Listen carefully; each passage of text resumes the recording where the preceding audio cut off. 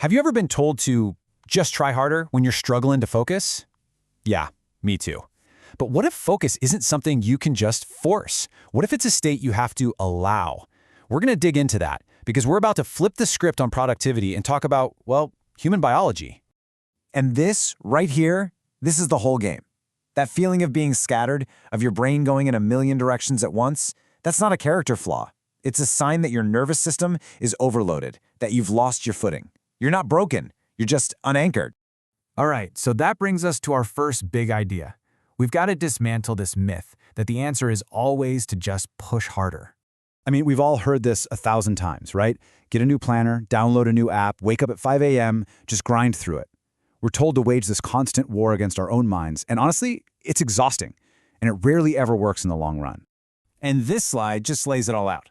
The old way is all about fighting against your own biology with brute force and willpower. But the new way, the one we're exploring here, is about working with your biology, through alignment, and just understanding how you're wired. So here it is. This is the big reframe.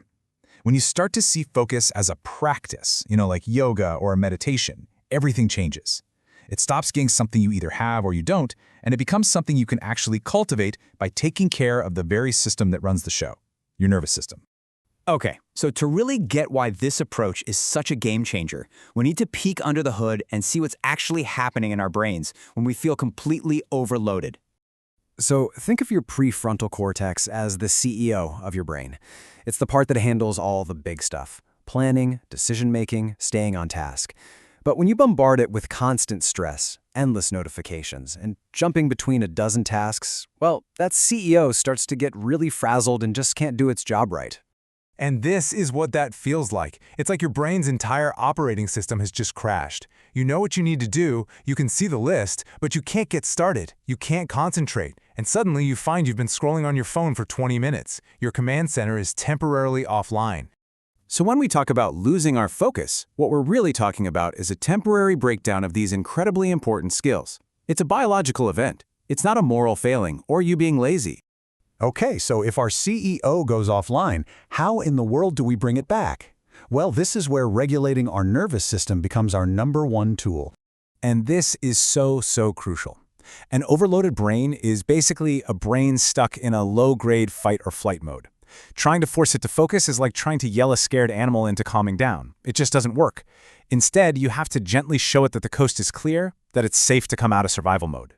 And here's a super simple, super powerful way to do that. The 4-2-6 breath. You breathe in for 4 seconds, hold it for 2, and, this is the magic part, breathe out for a long, slow 6 seconds.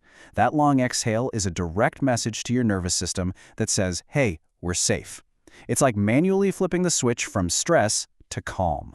We can also play defense to stop our system from getting overloaded in the first place.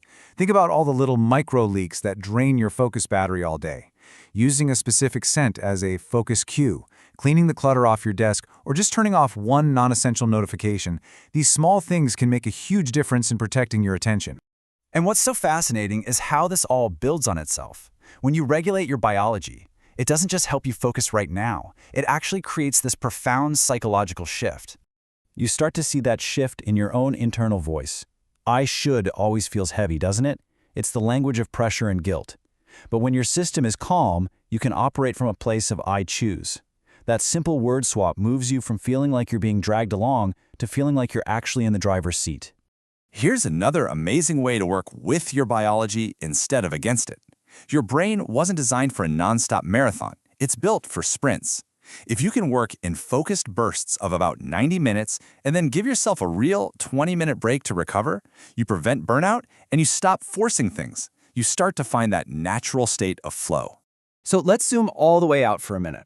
Because this isn't just about getting more done. This is actually about who you are being from moment to moment. When you're not spending all your energy just fighting your own stressed-out nervous system, you free up so much space. Space to operate from your best intentions, from your goals. A calm, regulated state makes it so much easier to act like the person you're trying to become, instead of just reacting based on old habits and insecurities. So really, it all boils down to this. Focus isn't the first thing you should be working on. Your nervous system is the foundation. If you want to improve your ability to focus, Don't start with your to-do list. Start there. Restore that foundation, and you'll find that pretty much everything else just gets easier. And I guess I just want to leave you with this question to think about. What would change for you if focus stopped being this constant struggle, this thing you had to chase and wrestle with every day, and instead it just became a natural part of who you are, a reflection of a calm, centered, and anchored self? What would be possible for you then?